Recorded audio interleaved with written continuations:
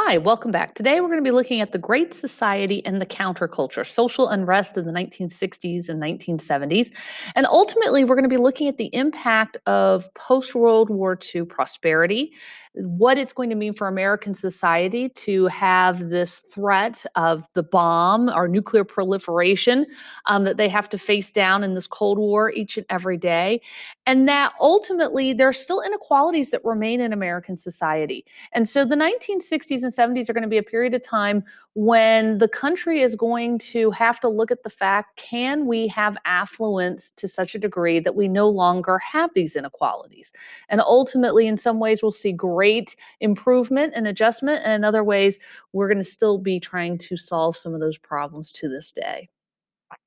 So if we just do a breakdown in terms of the demographics of the United States between 1950 and 1970, ultimately, we're going to be talking about the period of the baby boomers. And if you notice, the number of people under 20 in 1950 was about 33% of the population. By 1960, it's 38% of the population.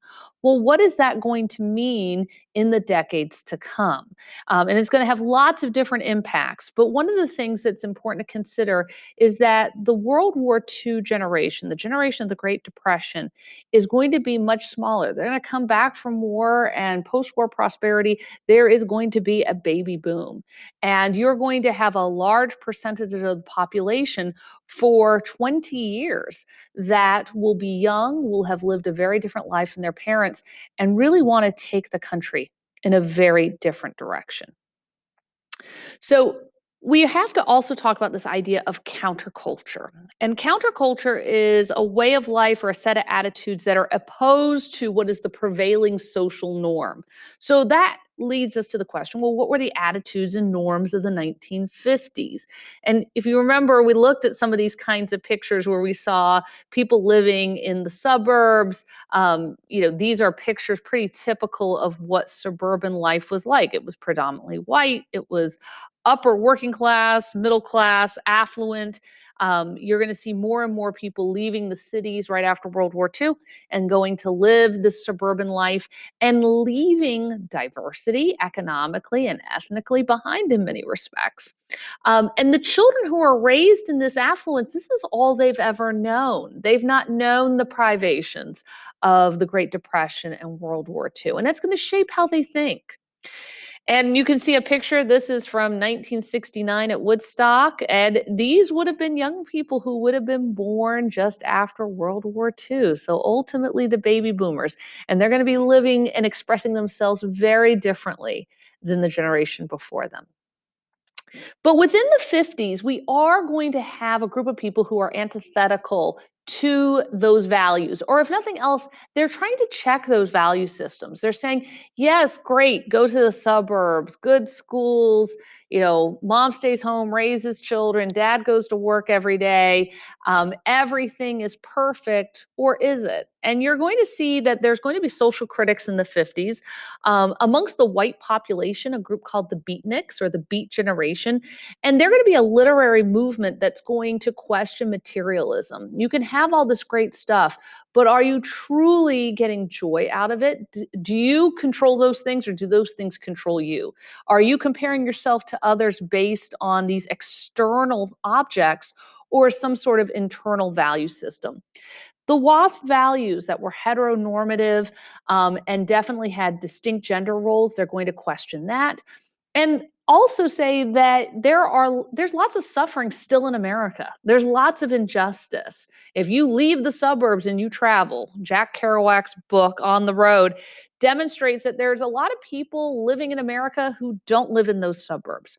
Um, Drug addiction, alcohol addiction, sexual abuse, these things all existed in the 50s, but the prevailing norms and certainly the media culture of the time didn't address them. The civil rights movement, if we think about it, that Supreme Court decision is being handed down with Brown in 1954. That's in the middle of the 50s. So we often think of civil rights as a 1960s, 70s, and later agenda item. But ultimately, we're really seeing people push back on things like the lack of inclusion and diversity in American life as a byproduct of this affluence and suburban movement following the Great Depression and World War II. And we're also going to be looking at rock music, right? We talked about how if we could compare the 20s and the 50s, there was a youth culture in the 20s and they had their jazz. And we're going to see that the boomers are going to have their rock music. Um, it's also going to further introduce this idea that Black and white creative culture can work together, can be influencing one another, certainly far more open expression in terms of things like race and sex. And so this is also a departure from an earlier generation. But ultimately, what is going to cause this counterculture? Basically, take the baby boomers and transform them into something pretty different from a lot of their parents.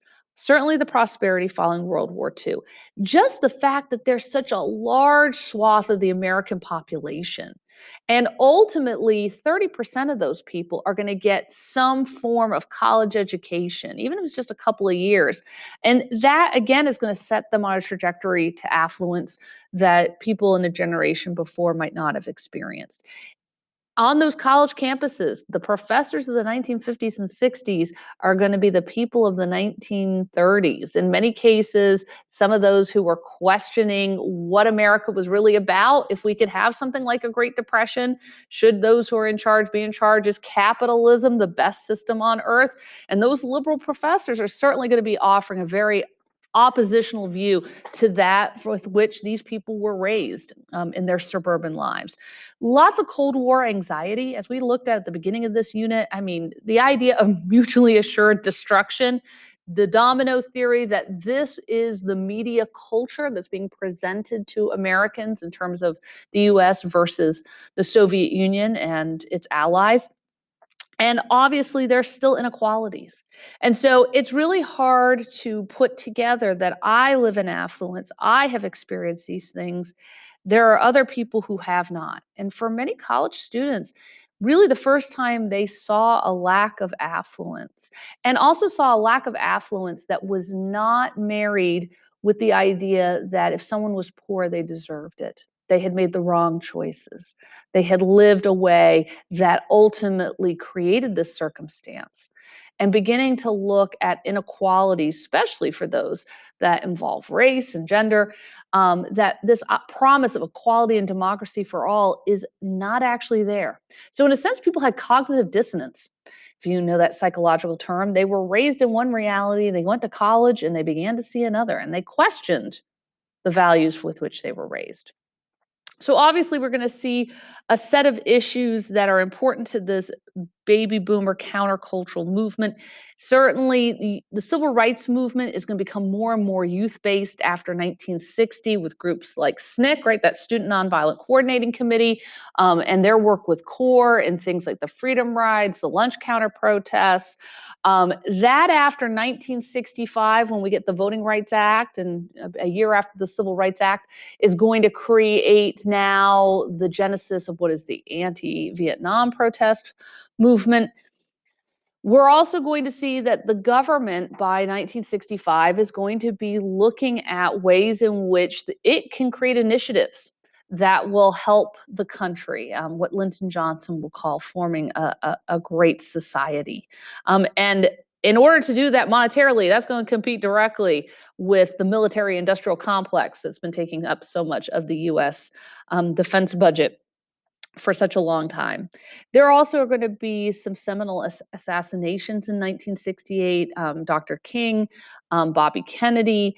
The Democratic Party is going to augur in at what was really the height of their power in 1964. They're going to see 4 years later, they're going to struggle and actually lose that presidential contest. And then people are also going to begin to have a loss of faith in government leadership, especially in terms of things having to do with the Vietnam War. By the early 1970s, bombings of places that aren't actually part of the Vietnam War, but adjacent nations like Laos and Cambodia. The Watergate scandal during the Nixon administration. We'll have two oil crises in the 1970s. And so people are going to suddenly think, well, wait a minute, I listened to government and things didn't turn out okay. Maybe this is not the way to go. Maybe I should be questioning my leaders more. But let's track back a little bit and start with 1961. In January of that year, John F. Kennedy is inaugurated, and he's a young man. He's only 42 at the time that he is president. And so, one of the things that I think is crucial for most young people of that time was that Eisenhower seemed like an old man to them. Right? They don't even remember FDR or Truman really.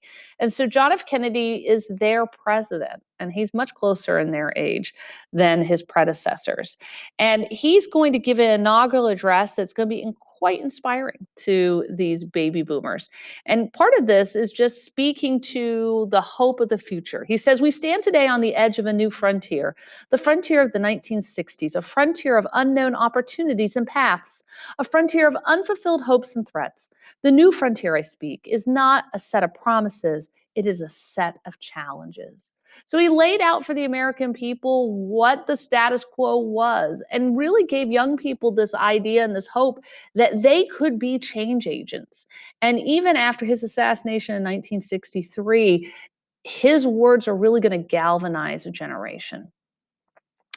Now, throughout the 60s, beginning in 1963, we'll be sending the first peacekeepers to Vietnam, and it will escalate into more than 500,000 men serving in that theater by the end of the 60s.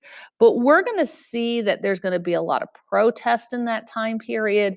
And that protest, again, is really a result of the demographic changes. By 1970, over half the population is under 30. And you can see that today. If you go and look at population charts across the globe, you can see countries that have typically have the greatest civil unrest, and in some cases even civil war, have populations where at least 40% is under 30 years of age, and they're really going to be challenging the older generation that has power. By 1950, they're going to be only 1 million people in college, which may seem like a lot of people, but is very, very few. Um, by 1970, it's going to be 8 million people. So 8 times as many people are going to be taking on that experience, which was unlike that of the previous generation. The vast majority of people in college are still white and affluent, but they are going to embrace the causes of the minority population, in part because they're going to look at all that they have and realize that there are others who have not, and want to make that possible for more people. A lot of these young people are going to be supportive of what was the Marxist leadership that we see in places like Vietnam, later Cambodia and Laos. And it's not necessarily to say that they themselves were communists. Um, but the idea that if a sovereign people wanted to choose that, they could choose that. I would argue there's probably a little naivete because for many of these young people, they didn't realize that it wasn't a choice between capitalism and Marxism. Capitalism was unavailable, at least in terms of acquiring any kind of affluence for most people in these countries before their Marxist revolutions. And as those Marxist revolutions came underway, you had ultimately a militarized totalitarian regime take hold, at which point there was not really choice either. But we're going to have a very vocal minority of people, right? Because still at 50% or just less than 50% of the population doesn't mean everybody of that generation is questioning the war in Vietnam, questioning white suburban America, but enough people were, and they were incredibly vocal. They're also going to be oppositional generationally in terms of military service, for many. And there was also a lot of issues and conflict around the fact that as we had come out of World War II, we had never actually gotten rid of our draft. We had come up with other ways of utilizing selective service throughout the 1950s. Young men had to serve 2 years and do some military training. By 1964, we are actively trying to increase the number of people in the military. And one way to get out of that service or have that service deferred was to be a full-time college student, and which it meant that the wealthy were not having to face the horrors of Vietnam as soon as those who were working class did. By being a employed person without a family, you were put at the top of the list for who would be sent overseas. But there's going to be a lot of protest around Vietnam. And by 1975, it's going to be an issue that the country has basically just totally pulled away from. And certainly the younger demographic and the media are really going to turn on the national government in terms of what they see as these new directives of the Cold War. This young generation that finds itself in college in the early 1960s, they're going to create organizations. They're going to be liberal. They're certainly going to be part of the Democratic Party, but they're going to call themselves the New Left. The old left are going to be the FDR Truman people. They are a new left. And they are going to be challenging lots of different aspects of American life. So, some of the earliest organized movements are going to be things like Students for a Democratic Society, SDS. And as early as 1962, they are going to write a statement, what's known as the Port Huron Statement. It was drafted at the University of Michigan. And they are going to question that they are people who were born in affluence and they are looking at an America, they're looking at a foreign policy that makes them question really the values that they've been raised in. Um, they will become more and more politically active. They will even have a violent offshoot that'll be formed in 1967 called the Weathermen that will literally use the tactics of domestic terrorism to further their cause. But for many in the SDS, they were peaceful and they were looking to challenge some other things that were sort of holdovers from the previous generation. If you remember going all the way back to World War I, there had been a lot of curtailment on free speech, and certainly the mores and norms of the 1950s. There were things that just weren't spoken about. And part of SDS is going to be looking at this, what was known as the free speech movement. It will begin at UC Berkeley in 1964, but it will find itself on almost every college campus across the country. And it's going to question the fact that on these college campuses, they could restrict protests, they could restrict conversations that were critical of the national government.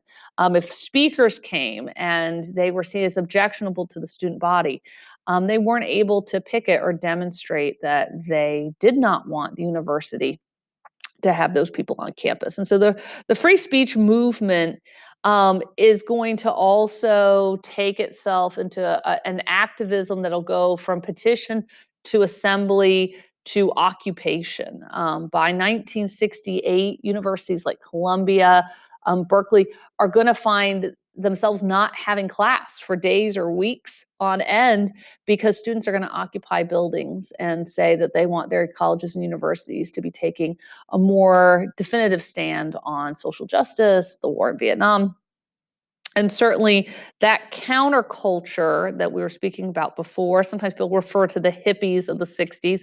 So people who are, choosing to drop out of society, maybe live in a commune, certainly more open sexual practice without the confinement of set terms of relationship like marriage.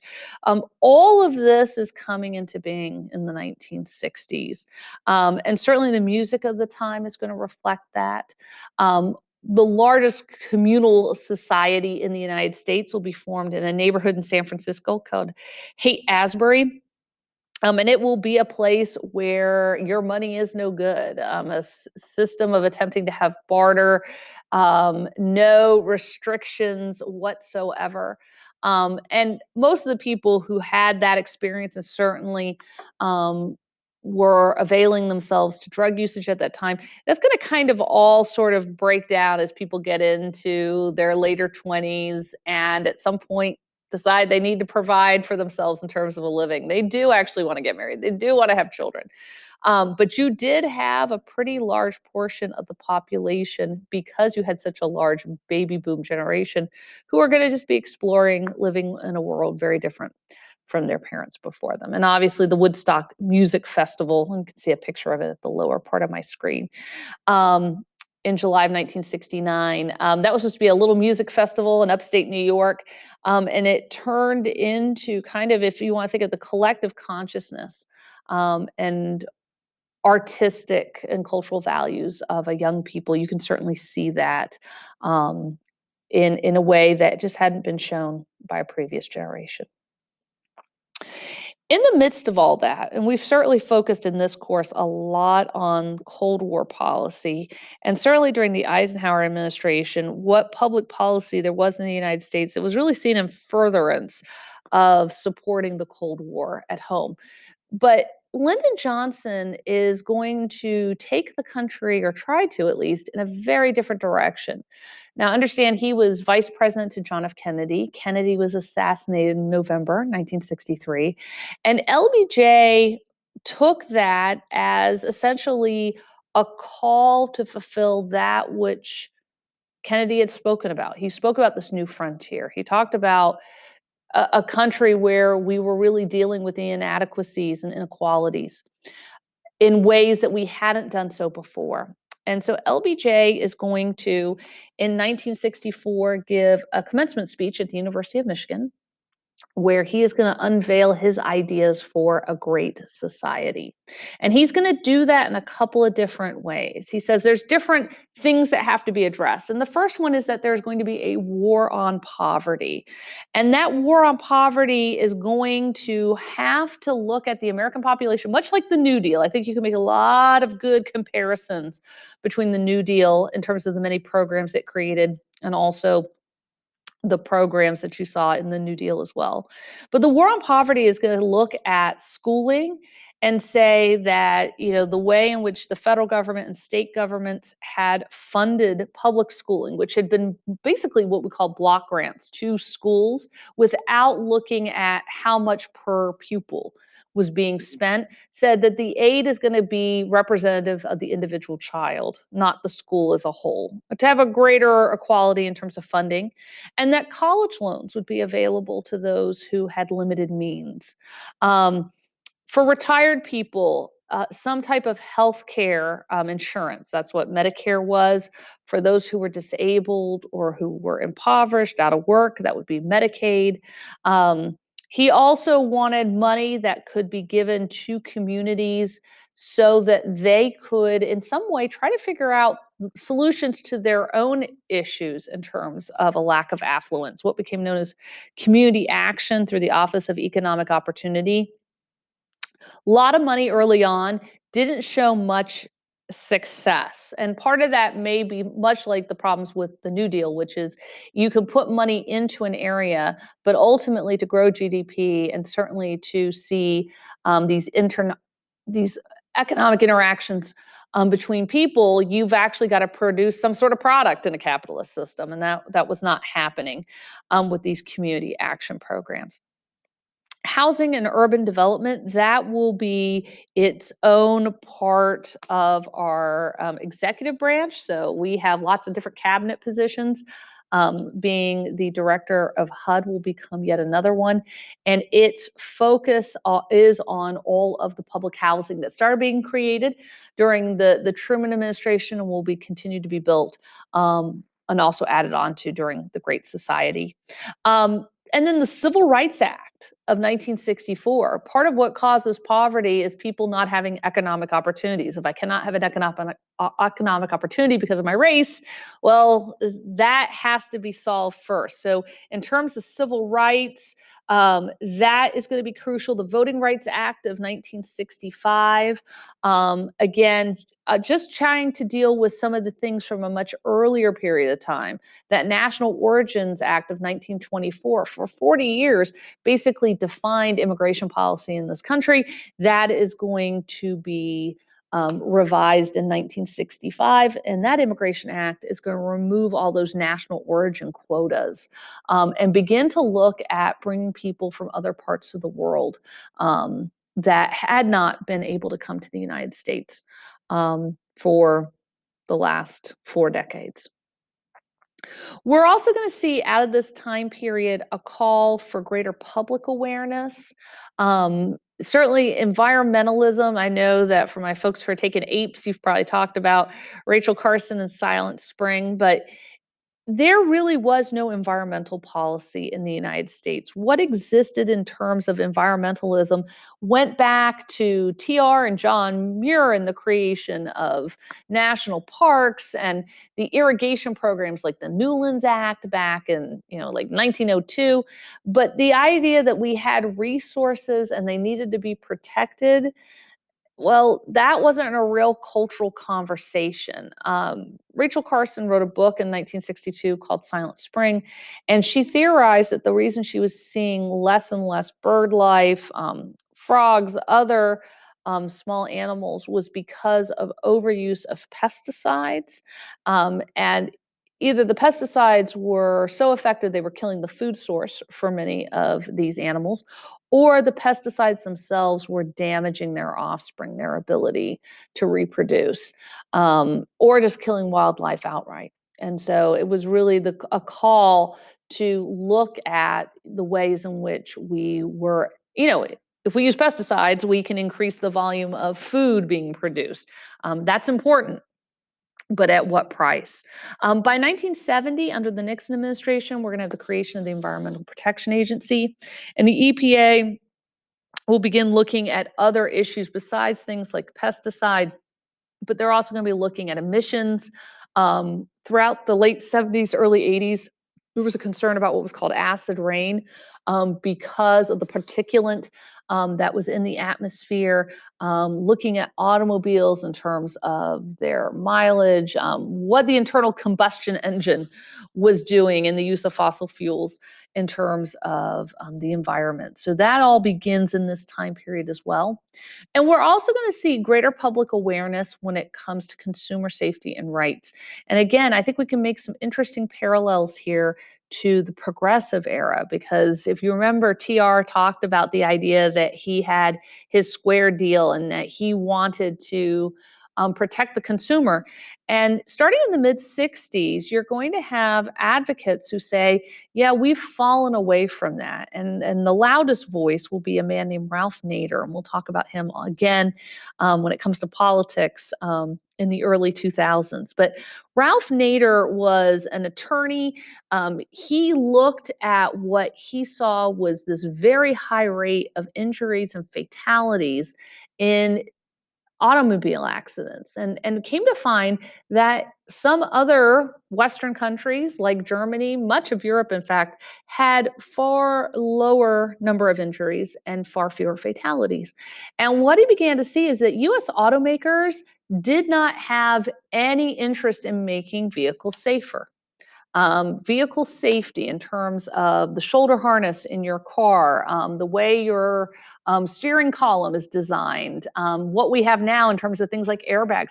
There was no reason to develop automobiles like that at an additional cost because there were no laws requiring that vehicles be safer. But Ralph Nader began to see that there were ways to make utilizing an automobile a much safer activity, and said that there actually were times when the US auto industry were creating vehicles that they knew to be unsafe. And the name of his first book, Unsafe at Any Speed, was to talk about a car named the Corsair, who it would literally flip over if it attempted to take a turn at more than about 20 miles an hour. It was a convertible car.